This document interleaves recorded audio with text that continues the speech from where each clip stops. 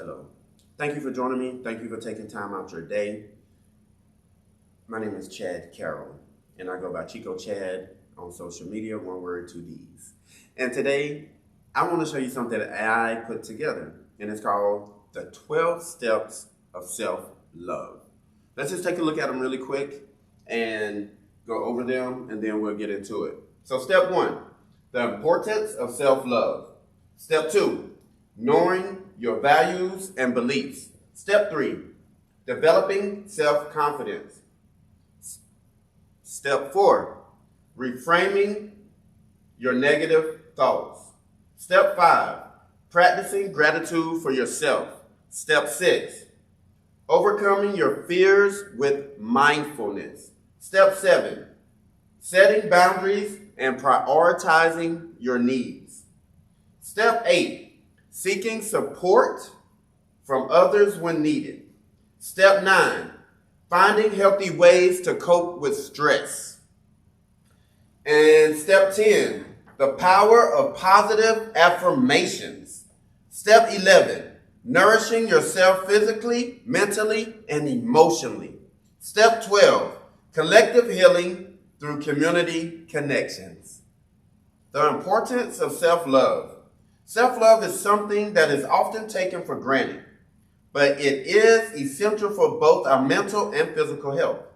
Loving ourselves starts with understanding who we are and what we value. It is important to know our limitations and strengths so we can confidently set goals and take actions towards them. Self-compassion is also key, as it helps us to be kind to ourselves. Now I'm just going to stop right there for a minute. Now, how many of you out there are kind to yourself?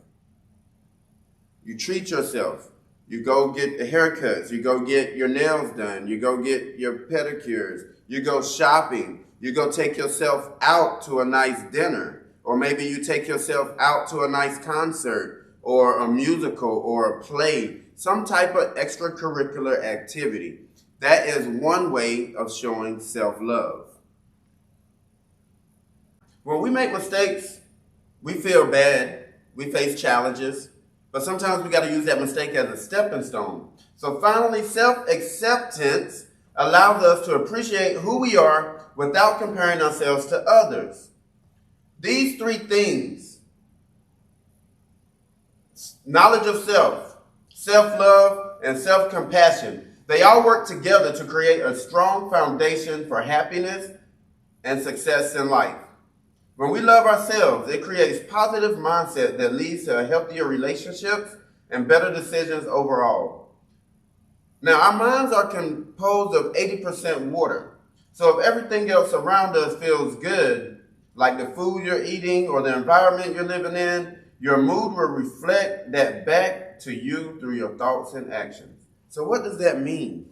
So if you feel good on the inside, it's going to reflect on the outside. Now we're going to get into some research real quick. Research has consistently shown that people who have strong self-images tend not only to have lower levels of stress hormones, but they enjoy life and to the fullest and with more meaning.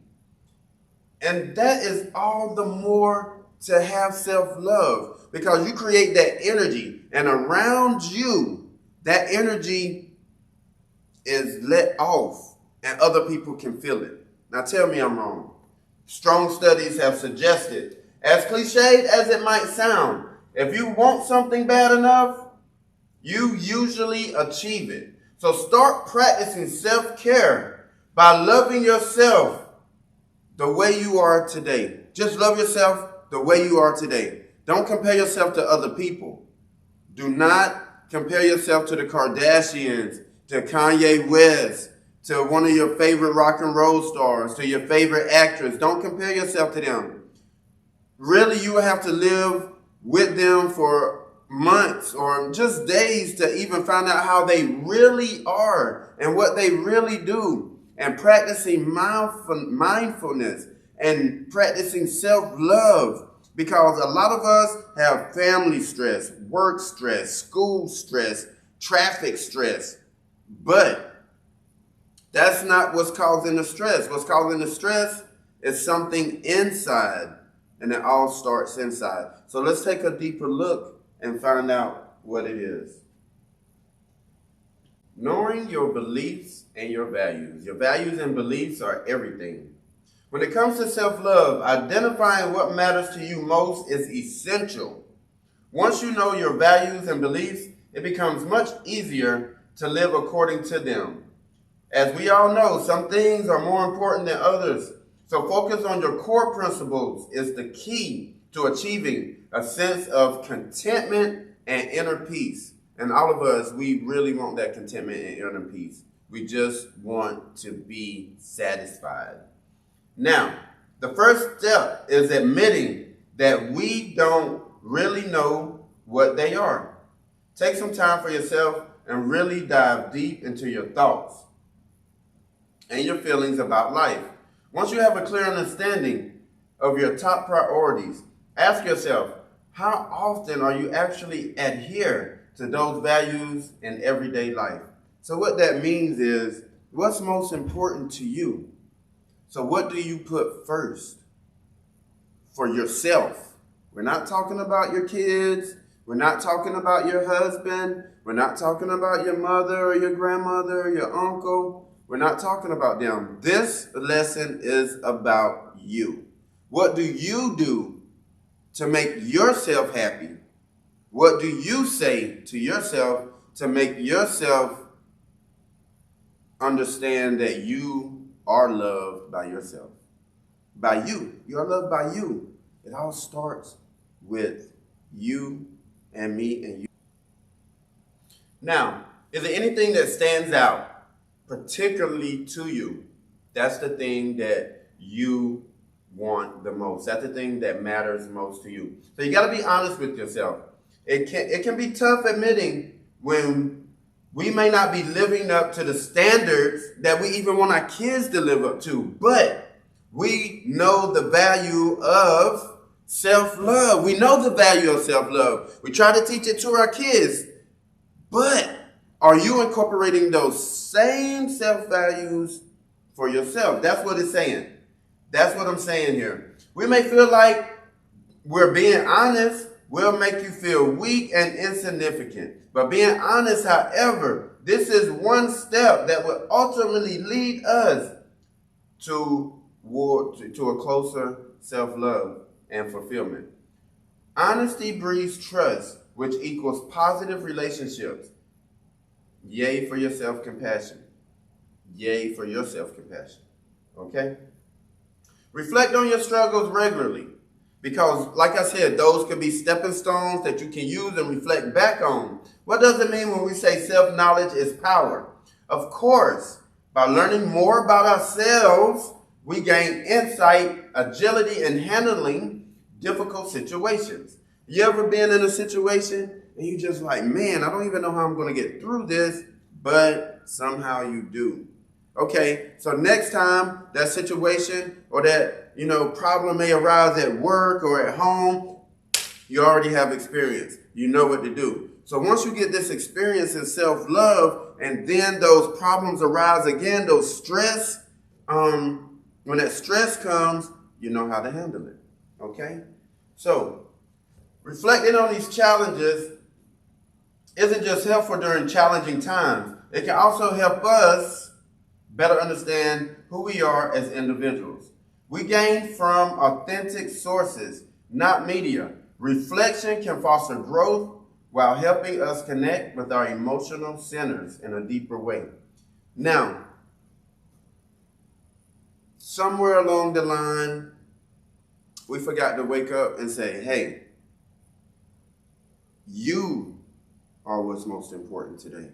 You are the one that counts today. You are the one that makes things happen. You got to make things happen for yourself. No one else is going to do it. I was told when I was a kid, if you don't love yourself, no one else can or will be able to love you. All right, so we just covered the first two steps. The importance of self-love. How important it is to love yourself. It's mentally helpful and physically helpful. Okay? Step 2, knowing your values and your beliefs. What do you believe in? What do you value? What do you value for yourself? What makes you happy? Okay? Now we're going to move right along to step 3. Developing self-confidence. Okay? Developing self-confidence is one of the most important aspects of self-love. Why? Because it gives you bravery. If you have confidence, you're brave. That's what bravery is. Bravery is being confident, even when you know you're going to fail. You step out on stage, you give the speech, and you keep it moving. You don't reflect on how was I looking, what did I step on, I stumbled on my words. It don't matter. You did it, and you kept it moving. You're growing. Confidence helps you grow. Okay, develop self-confidence can be a gradual process, and it can require plenty of practice. However, there are some simple things that you can do to start building your own self-confidence. First, learn to appreciate yourself for who you are instead of what you think or look like. 2, focus on your strengths rather than your weaknesses. Why? Because if you focus on your strengths, that's what's going to make you strong. Okay? Let the weak say, I am strong. You don't want to go around, you don't hear bodybuilders saying, oh man, I'm weak. I'm weak. Even when they're skinny, even when they're just starting out, man, I'm strong. I'm benching 135. Man, I'm strong. I'm benching 225. They building up their self-confidence. The self-confidence is the 135. The 135 was achieved. The self-confidence was the 225. The 225 was achieved. Okay? Now the 300 was the self-confidence. He built himself up just like physically and mentally. You see it now? Okay. And number 3, find friends and peers who support you and care about you. They will help boost your morale when times get tough. Why is that? It's just like the guy said the other day. It's like when you playing Call of Duty and you need to reload. You say, cover me. Sometimes you need somebody to cover you. You need somebody to hold you up. You know what I mean? Because stress can wear anybody down. You think the president don't have advisories around him? You think the president don't have people around him to help him understand the situation a little bit clearer? We all need that. So surround yourself with like-minded people. All right. Moving right along to step 4. Reframing from negative thoughts. Man, I can't tell you how many times I've had negative thoughts. I was in the restaurant business, and man, sometimes you can go to work and you just see the people around you complaining. It's easy to get caught up in it. Sometimes you just got to step away, man. Even with your friends and family, when they start talking negative, you just got to slide on out the way, man, and let them have their moment. We all go through that moment. But if you can refrain from it, it's easy to get caught up in negative thoughts that constantly plague our minds. We tell ourselves negative things like, I'm not good enough. I'm not smart enough. I'm not pretty enough. But when you do that, you cancel out all your information. Why? Because you're putting so much emphasis and feeling into that. Now, if you just reverse that and took that same energy and pushed it towards something positive, just watch now, towards something positive. But what if we could start to think these thoughts in a different way? What if we could start to see ourselves as capable, as smart, as beautiful? You take that same energy and you push it towards a positive beauty, a positive thought, a positive capability. Self-love is the key to changing our negative thoughts. When we love ourselves, we are more likely to accept ourselves for who we are.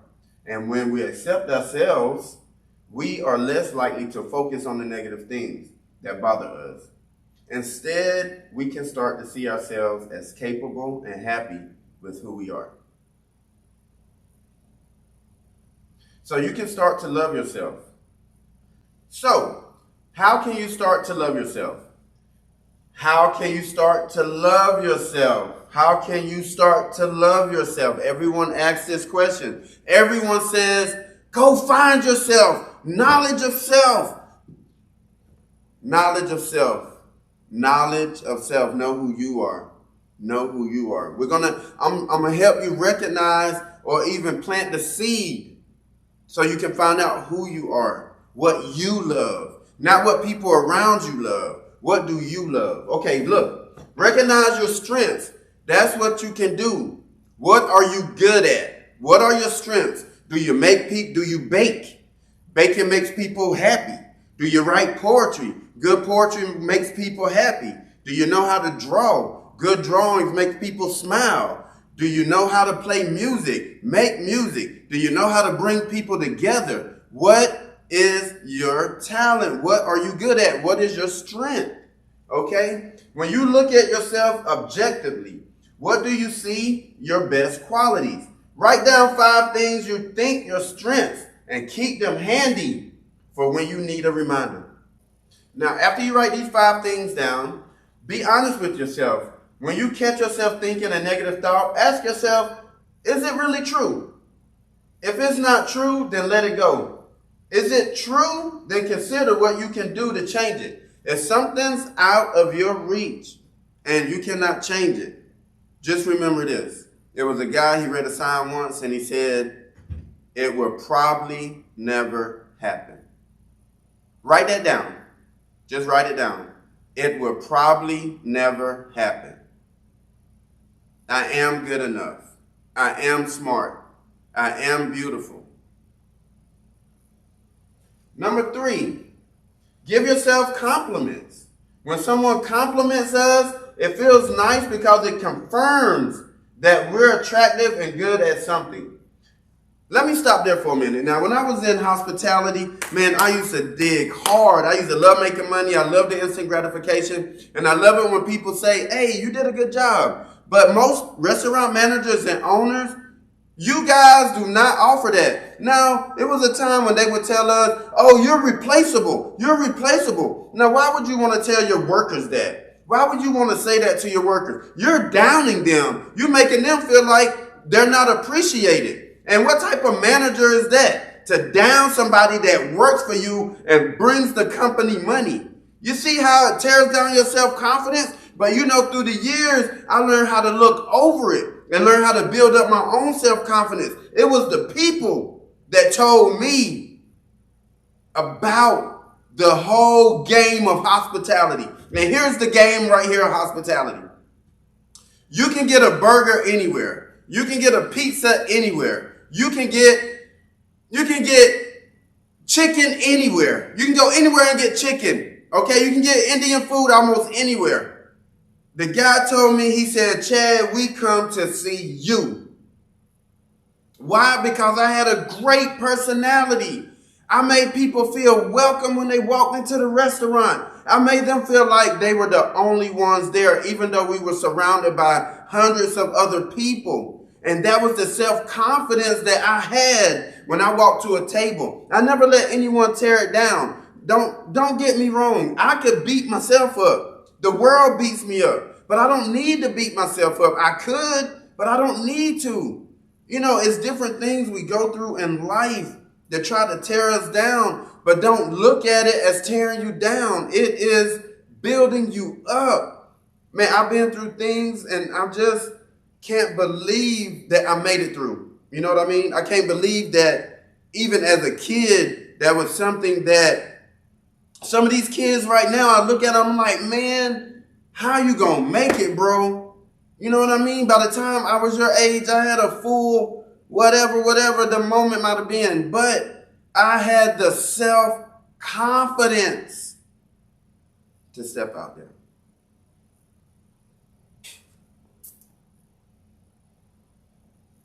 So I would tell myself that I'm the best waiter. I don't care how many years other people have been there. I've been to a couple of jobs, and I swear if my friends are watching this right now, Nicole, tell me I'm lying. You came up to me and told me, you said, Chad, you're making us look bad.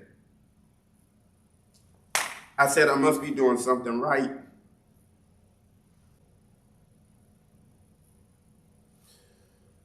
But you see, that's what made me a great server, bartender, waiter, whatever you want to call it. A great person in hospitality. It's because I may not have been the best server. I may not have been the best looking server. I may not have been the most on time server. But man, when it was time to work, it was time to work. Not once did I ever say I didn't want to be there. If I didn't want to be there, guess what? I didn't go to work. Okay? If I didn't want to be at work, I wouldn't go to work. I didn't go to work and complain, because that would put a strife on other people. You know what I mean?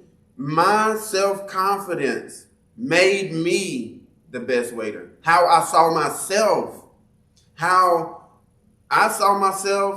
made other people see me the same way. Hey, you're a great waiter. I watch how you handle the tables around you. Just stories I could tell you.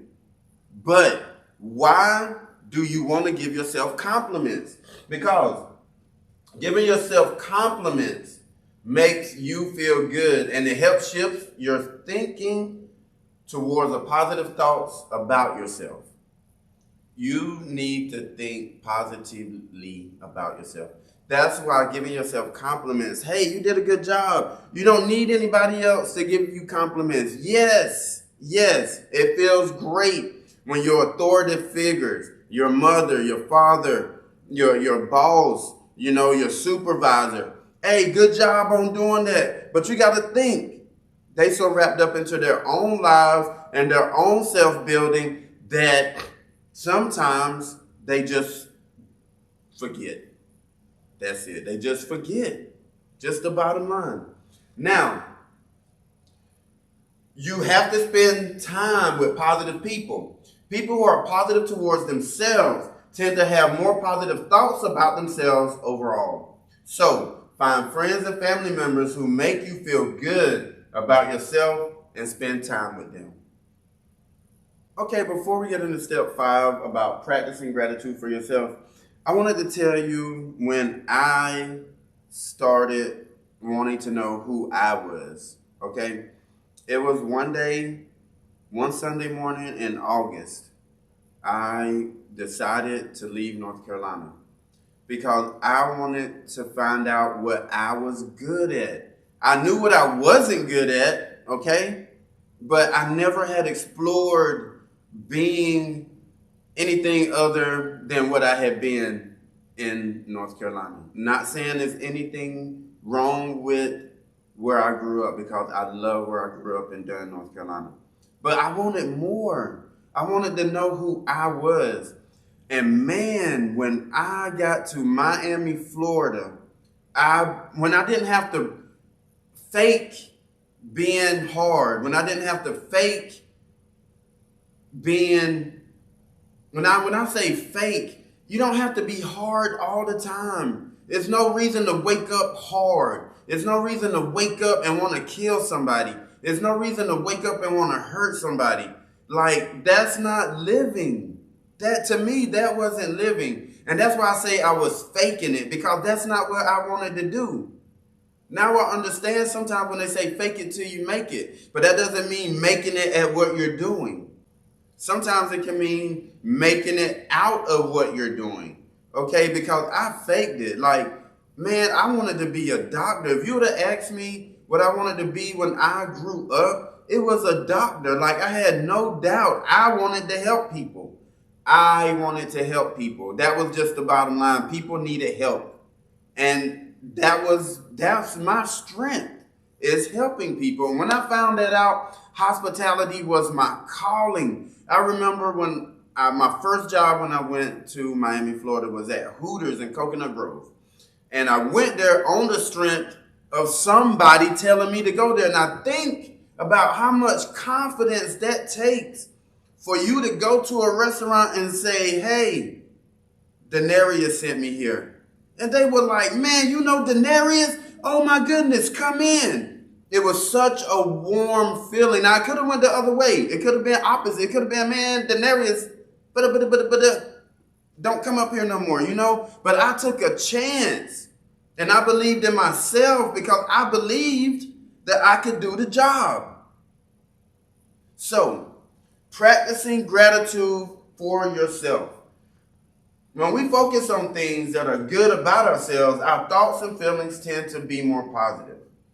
This is referred to as self-love or self-compassion. One way to develop self-love is to do it by practicing gratitude. Now, how do you practice gratitude to yourself, you ask?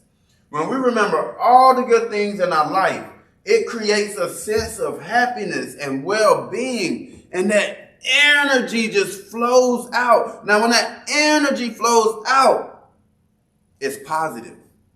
Just how that negative energy, those negative thoughts, those negative words has an effect on the people around you. The positive thoughts, positive words, and positive feelings has an effect on the people around you as well. So, in a sense, it creates a sense of happiness and well-being. It can also reduce stress levels and improve sleep quality. By shifting our focus away from what we don't like about ourselves, we can start building self-compassionate habits that will benefit us emotionally, mentally, and physically. Focus on the good things about yourself, not the bad things. Don't focus on your weaknesses. Focus on your strengths. Why? Because your strengths is what's going to carry you through. If you can talk to people, let me tell you a story. It was a story about this girl named Christina that I met in Vegas on my my tail end of being in the hospitality business or working for others and just whatever. So Christina used to be a security guard at the Link Hotel, and I worked in the restaurant. So one day somebody ran out without paying, okay? And I mean, this girl tackled them down and held them down, whatever. She did her job. Now the manager saw something other than a security guard in her, other than a security guard. He took that young lady, he took Christina and turned her into one of the best servers I trained her because I'm a great trainer. I trained Christina with the help of others, not just me by myself. Christina had a smile out of this world. If you looked at her, she has tattoos all over her, tattoos in her face, but she is the most wonderful, wonderful person that I have ever met.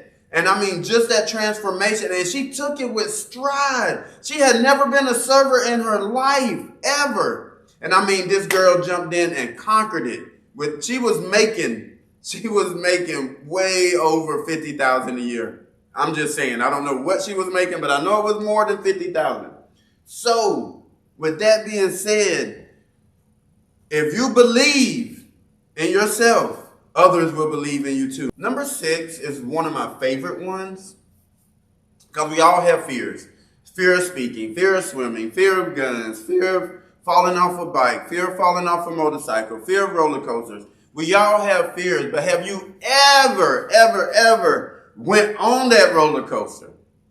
Have you ever went swimming? Have you ever went skydiving? Man, tell me that's not the best feeling in the world. Haven't been skydiving yet, but it is on my bucket list. But some other things I have done, like stepping out on my own, like leaving home, driving away, trying to build something within myself that I saw within myself.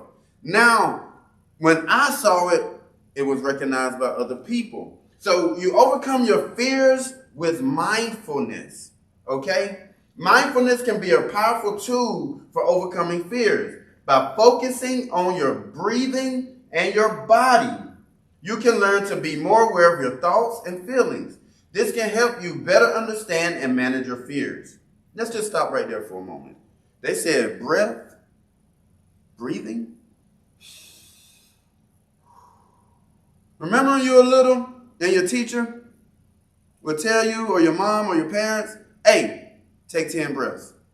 What did those 10 breaths do? The first one it starts calming you down from breath 1.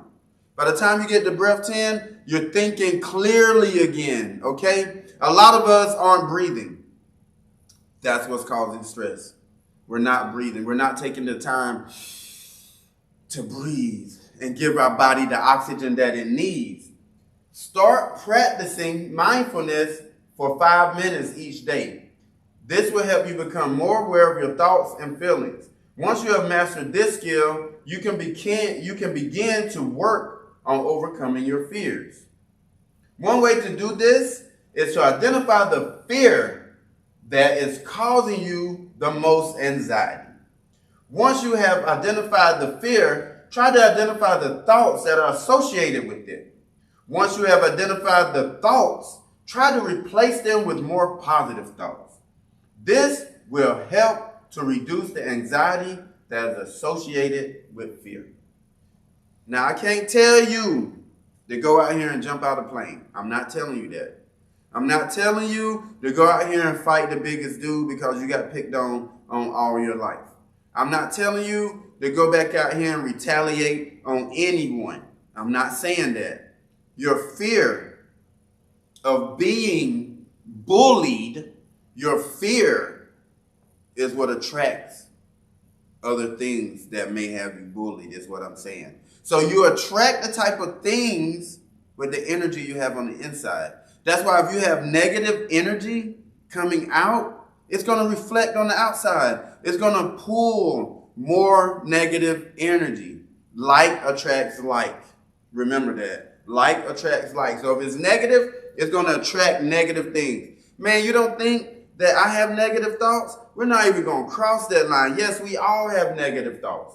Okay? We all have them. And that's it.